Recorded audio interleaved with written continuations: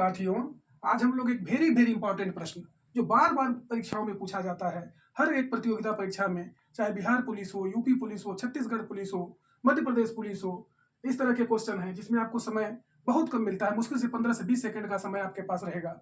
इसको आप अच्छी तरह से समझ लें कि 1/2 में कितने 1/16 हैं। इसका मतलब क्या हुआ कि 1/2 में हम 1/16 से भाग देंगे। कैसे भाग देंगे आप जरा देखिए। 1/2 भागे 1/16।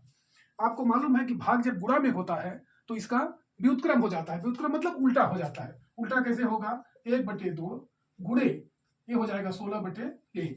अब 2 से आप 16 में भाग देंगे तो 2 एक कम 2, 2 अट्ठे 16, 1 में इसका मान कितना हो गया? 8/1 बराबर 8। इसका मतलब ये हुआ कि 1/2 में 8 1/16 है। इस क्वेश्चन को आप बहुत अच्छी तरह समझ लीजिए। ये क्वेश्चन बहुत ही इंपॉर्टेंट है, वेरी वेरी इंपॉर्टेंट है। आप लिख लीजिए, ये बार बार परीक्षा में पूछा जाता है। इसकी आप अच्छी तैयारी कर लें और अपने दोस्तों के बीच शेयर करें ताकि मैंने जो आपके लिए परिश्रम किया है वह मेरा परिश्रम सार्थक हो जाए। दूसरा क्वेश्चन क्या है? प्रश्न 2 कि 0.5 बड़ा है कि 0.10 या 0.10। इसको आप समझेंगे। 0.5 का मतलब क्या होगा?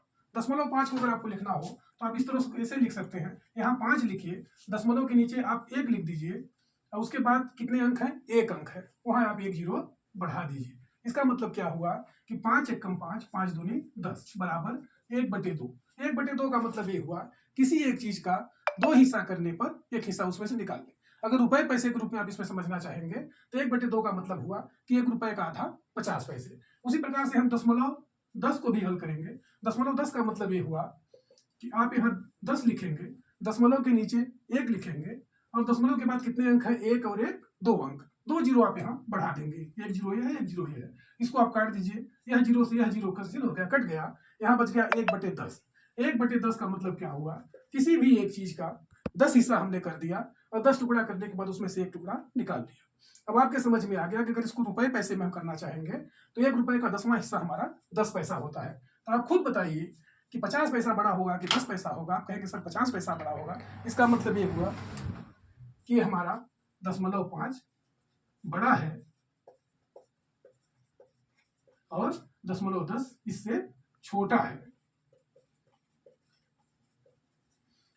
इस तरह के क्वेश्चन मैंने बहुत अब समझाए आपको।